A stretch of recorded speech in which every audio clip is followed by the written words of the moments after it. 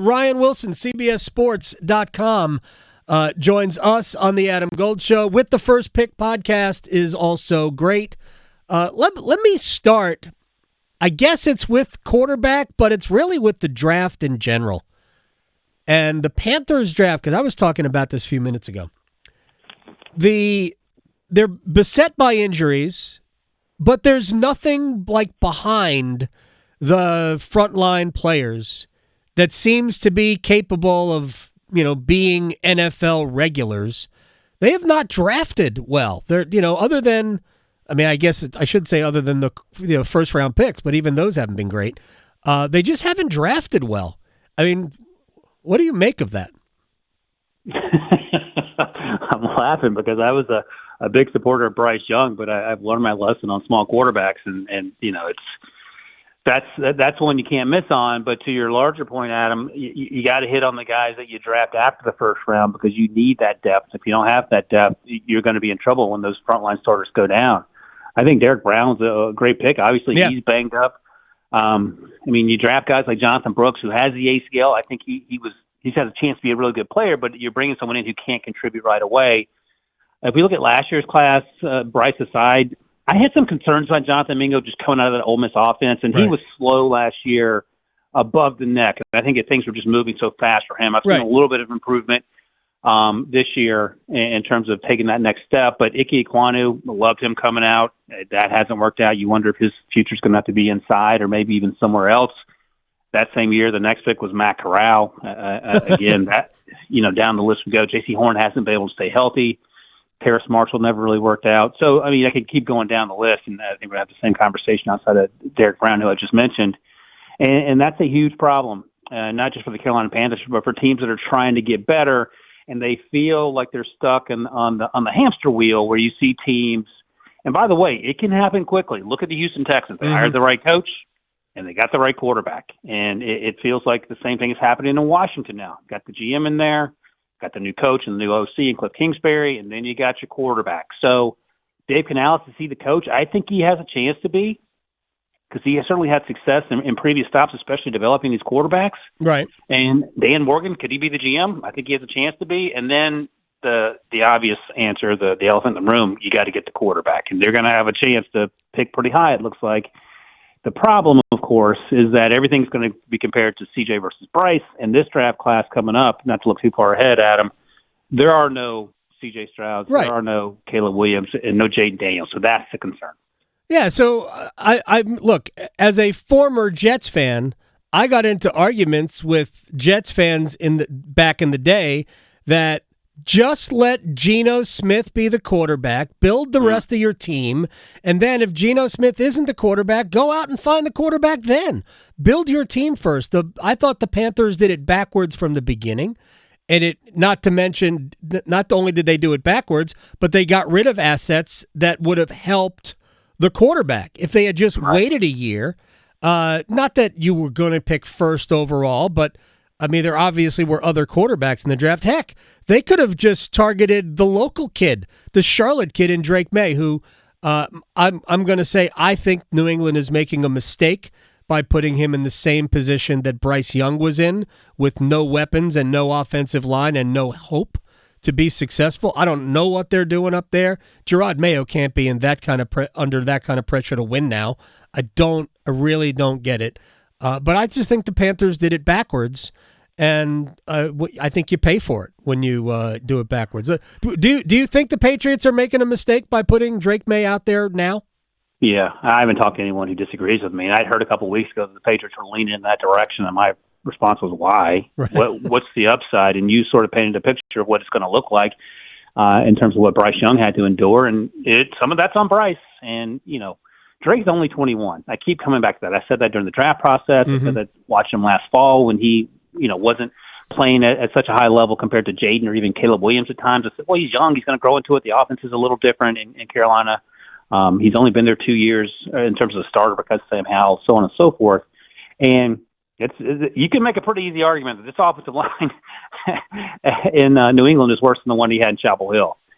They drafted Caden Wallace out of Penn State, who's a right tackle at Penn State. They tried to make him a left tackle. That went about how you might expect. He suffered some injuries. I think he has a chance to be good. They have some veterans in there who've struggled at left tackle, and it's just a turnstile. Jacoby Brissett can attest to as much, and they have no one that can get open down the field. Right. They have guys a little more dynamic than last year's Panthers roster wide receiver. Pop Douglas is a good slot receiver. Jalen Polk's a rookie who maybe has a chance. But to your larger point, what's going to happen in 6, 7, 8, 9 weeks is that I would imagine, hopefully not, but imagine people like you and I can say, what do you think was going to happen? Because you're setting this young man up to fail. Maybe Right. he exceeds expectations, fingers crossed, but it doesn't look good. So let me just get back to Bryce Young real quick, and then we'll move on to Jayden Daniels and the matchup in Baltimore this week, which is going to be super fun to watch. Do you think, because I go back to this, when we went Sunday after Game 2, it was a disaster. Dave Canales says Bryce Young is the quarterback. Monday, he's not the quarterback, and there are zero comments from the head coach about Bryce needs a reset. So it was obvious then that in their minds, Bryce Young was done. Whether it was David Tepper saying that or Dave Canales and company coming to that realization. Do you believe he is done, can't play in the NFL, or just done with Carolina? Done with Carolina, I think, and I said this pretty early on, and I talked to Rick Spielman about it, my co-host with the First Pick podcast about this, and he's been a Bryce guy longer than me. When Tua went down and was on IR, and it's uncertain when he'll come back, I said I would trade a 4th-round pick if I'm Chris Greer, the Dolphins GM, for Bryce right now, and just have him on that roster, have him in a situation where he has a chance to have success, and he can do it in a stress-free environment. Because for all the things that Bryce didn't do well, and there's a list of them, you pointed out just a moment ago that he was set up to fail. And when you trade all those assets, the pressure on that young man, fair or not, is there. And then you compound it with the way he played week in and week out. And the week before he got benched, that was the worst game I think he's probably played in his life. It was. So I think if he ends up somewhere like in Miami, where the game is to get the ball out quickly to guys who run 4.2s, that simplifies things for you. And we know about the Rams and the 49ers, how they get the most out of their quarterbacks. Yep. Those sort of systems, even the Saints have done a lot this year with Clint Kubiak, who's a Shanahan disciple. When you have means to set your quarterback up for success, that makes sense. But everything has to be perfect for Bryce because, as we now come to understand, me especially, 5'10", 175 in the NFL level, you have to be perfect every single time if you're trying to compete with Josh Allen and Patrick Mahomes and those types of quarterbacks. Ryan Wilson, CBSSports.com, is joining us here. Ryan Wilson, CBS on Twitter. It's funny. If he had just improved by 15% over last year, I don't think we're having this conversation. I really don't, because he wasn't good last year, but he had some really good moments. Mm-hmm. He has been horrendous. He was horrendous in weeks 1 and 2. And the funny part for me was that when they brought him in for that one drive, and I thought that was telling as well when Dave Canales said, we had some injuries on the offensive line and we wanted to protect Andy. And I thought, wait a second, you're using the first overall pick a year ago as a meat shield. That's great. But even on the first play, which was a great throw to Miles Sanders, he didn't have to escape the pocket. I think they ruined him last year with the fact that they could not protect him. He does need a reset. He needs somewhere else. I hope the Panthers are willing to bite the bullet and just let him go somewhere and not worry about getting value. I don't know what value there is for Bryce Young. Day 3, best case. You're not getting a day 2 pick for him for sure. And to your larger point, again, that takes us back to Drake Maye. What's the upside? Right. Does the upside outweigh the downside of putting him out there? And Sam Darnold, one of the best quarterbacks in the league this year, because he's in a great situation, by the way. He admitted to seeing ghosts several years ago when he was playing in New York because he was getting his brains beaten in. And that's the fear with these young quarterbacks. And I think the footwork issue was the biggest thing Bryce needed to work on in the offseason, and it got worse. And you just talked about an example of that even in mop-up duty when they were treating him like Jacoby Brissett out there. They go take a beating so Andy Dalton didn't have to. So, yeah, I think somewhere else is his future, where is going to be important in terms of how successful he can be, and I don't think the Panthers should expect much in return if they do, in fact, trade him. All right, so explain Jayden Daniels and the Washington experience right now, which has been fun. Oh, so much fun. And one of the things about Jayden that is interesting, but the concerns about Washington, in addition to the young quarterback coming into the season, was that their offensive line had some issues, especially at left tackle, and they drafted a kid out of TCU, Brandon Coleman, who's had to play. Jayden masks a lot of issues along the offensive line, and very few quarterbacks, especially young quarterbacks, can do that, Caleb's actually struggled a little bit in Chicago because he holds the ball too long. What Jayden is doing, and Cliff Kingsbury gets some credit for this, the ball comes out on time. They use the quick game. They use the short passing game. And then that sets up things he can do with his legs. He's not taking big hits when he is in the open field, which is the knock on RG3 when he was sort of doing these things over a decade ago. And his deep ball has been on point. It's been so much fun to watch. He does not look hurried. And to your larger point about Bryce not improving, each and every week Jayden gets better. Each and every week they put more on his plate offensively, and he's been able to handle it. And it sort of mirrors what we saw last year in the development of C.J. Stroud, who struggled his first few weeks, and Jayden was actually better in week 1 and 2. And now he is a legit weapon, and you talk about the matchup with the Ravens. I think he's faster than Lamar is at this point in Lamar's career. Lamar slowed down a step. He probably only runs a 4.45. Jayden can move. And in the open field, he takes 3rd and 5 and rips off 40-yard gains. And I'll tell you something that I keep coming back to. When I was at the LSU Pro Day last spring, I was talking to a scout before Jayden threw, and he said the thing that Jayden does that very few quarterbacks can do, he can demoralize the defense with his legs. And we're seeing that each and every week. And I keep thinking about that because even at the NFL level, he is oftentimes the best athlete on the field.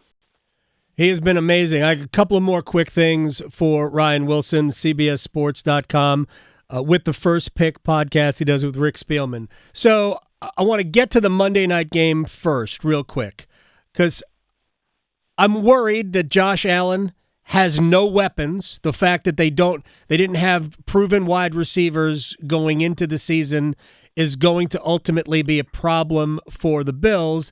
And the other side of that is the opponents who, I mean, it is the Jets. Everybody should have expected this, but people are still expressing like bewilderment that it has unraveled when you are the Jets. I think unraveled should be the assumption. How to avoid it would be the surprise. So let's start with the Bills.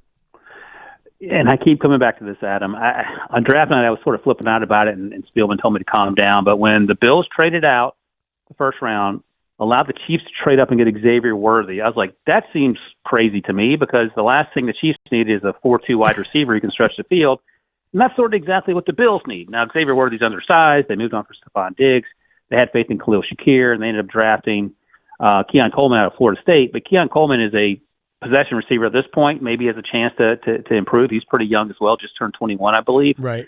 But he is not creating separation consistently. And you didn't see that at Florida State last year. You saw a little bit more at Michigan State when he was there.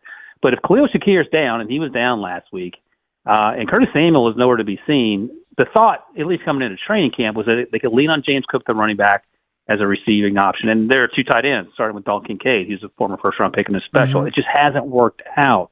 And when these wide receivers aren't getting open, that exacerbates things for Josh Allen, who's one of the best in the game. But he clearly ran out of options last week against a really good Texans team. So that's the concern there. And I just wonder if someone like Worthy was there to take the top off, if that would simplify things. The simple math is that it would, but clearly the Bills thought otherwise. And the other thing with the Jets, I'll just say this. Maybe Aaron Rodgers is the problem. I mean, everywhere he's been, he got Mike McCarthy fired. He didn't want to do what Matt LaFleur wanted him to do. And yet, once they started doing those things, he won 2 MVPs. And then he got angry when they drafted Jordan Love. Turns out Jordan Love's a good quarterback. Yeah. And now at 40, almost 41, he looks like a almost 41-year-old playing quarterback. He's been okay. He hasn't been great. Right. Garrett Wilson's still frustrated. They can't use Breece Hall properly, which makes my head hurt. And the defense is really good, which, oh, by the way, that's what Robert Saleh was in charge of. Yeah. And, again, it's the Jets. They were better when Woody Johnson was still the ambassador to Ireland, and his brother, Christopher Johnson, was running the team. They were much better. Woody Johnson should find an ambassadorship and go take it, and then the Jets might end up being, well, no, it's still the Jets. Ryan Wilson, CBS on Twitter. I thank you so much, my friend. I'll talk to you soon. Good talking to you, Adam.